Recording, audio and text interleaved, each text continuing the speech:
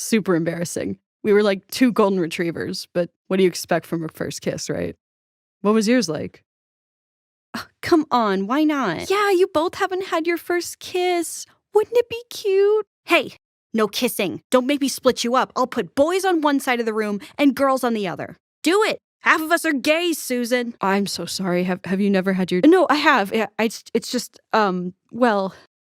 Hello, my name is Alyssa, and I have been admitted to a mental health hospital multiple times throughout my life. And I think I'm finally ready to talk about that experience. I feel like there's a weird double standard when it comes to how we talk about mental health. I'll see things all the time on social media that say, depression is ugly, be kind, you never know what someone else is going through. And then 2 posts down, there's a viral video of an unhoused person clearly in crisis, but everyone is just laughing at them. This sort of thinking has even made its way to Hollywood. I'll get so excited to see some new horror movie until I realize that it's just another, ooh, mentally unwell person is scary. And don't even get me started on the I spent 24 hours in a haunted insane asylum challenge. Like, me too, dude. But we just played ping pong, and it wasn't even haunted. I just feel like the general public has the wrong impression of psychiatric hospitals and the people there, which is super damaging considering facilities like this save lives every day.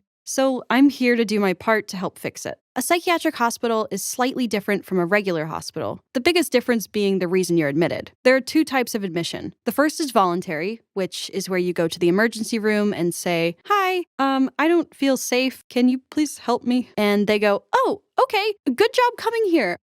Here's a tuna sandwich. We'll be right with you." And the second is involuntary, which is where your doctor or psychiatrist feels you're at grave risk to yourself or others. So they write you a note and send you to the hospital when you don't want to go. Speaking from my own experience, those kinds of admissions can be tough. It made me feel crazy, like I wasn't human anymore, but some kind of feral animal that needed to be locked up. Because if you've never been through it before and don't understand what's going on, the admission process can feel strange.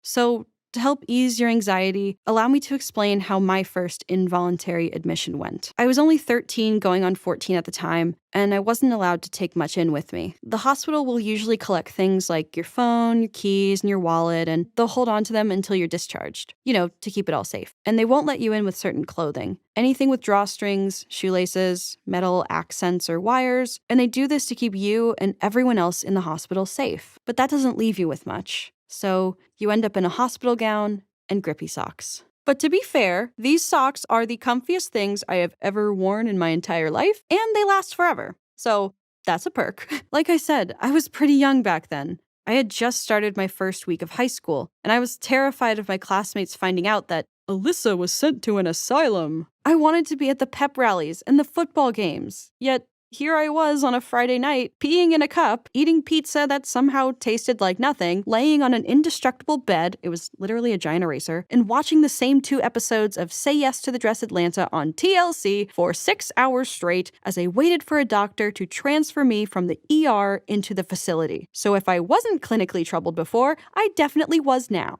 Keep in mind, this admission was over 10 years ago. But my point is, here in the United States, mental health care still has a long way to go. It isn't taken seriously, so it isn't well funded.